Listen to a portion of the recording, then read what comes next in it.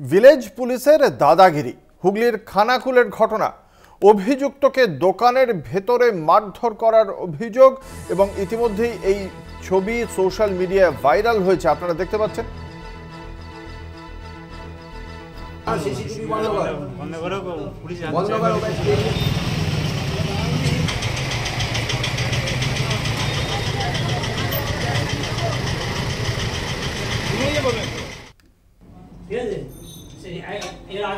বাবা বাবা একটু বাইরে যাও তো, ওকে দেখে।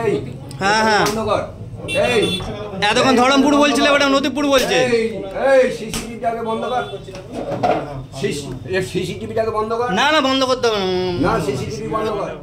আমাদের সঙ্গে রয়েছেন আমাদের প্রতিনিধি দীপাঞ্জন রায়। এই ঘটনার প্রেক্ষিতে এই ভিলেজ পুলিশের বিরুদ্ধে কি কোনো পদক্ষেপ করা হচ্ছে? স্থানীয় প্রশাসন কি বলছে?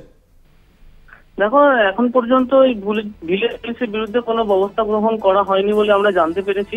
উল্লেখ্য বলে রাখি, কালকে সোনার দোকানে এক ব্যক্তি সোনার গহনা বন্ধক দিতে আসে, কিন্তু তারপরে সেটা দোকানদার যখন জানতে পারে এটা নকল সোনা, তখনই তড়িঘড়ি খানাকুল থানায় খবর দেওয়া হয়। তারপরে ওই যে ভিলেজ পুলিশ আসে এবং সেই ব্যাপারটি ঘটনাকে এবং ঘটনাটি সম্বন্ধে জানার পরে হঠাৎই ওই অভিযুক্ত ব্যক্তিকে মারধর শুরু করে। আর এই যে সোশ্যাল মিডিয়ায় ছড়িয়ে পড়ে এই ভিডিও, আর এই ভিডিও ছড়িয়ে পড়তে সাথে সাথে জুড়ে শোরগোল পড়ে যায় যে একজন পুলিশের কর্মী কিভাবে এই আইন নিজের হাতে তুলে নেয়, যেখানে পুলিশ বারবার বলা হয় যে কেউ যেন আইন নিজের হাতে তুলে না নেয় এবং গণপিটুনি বা গণমারধর যেগুলো ঘটনা ঘটছে দিনের পর দিন, সেই নিয়ে মানুষকে পুলিশ সচেতন করছে। তো তারাই আজকে এই ঘটনা।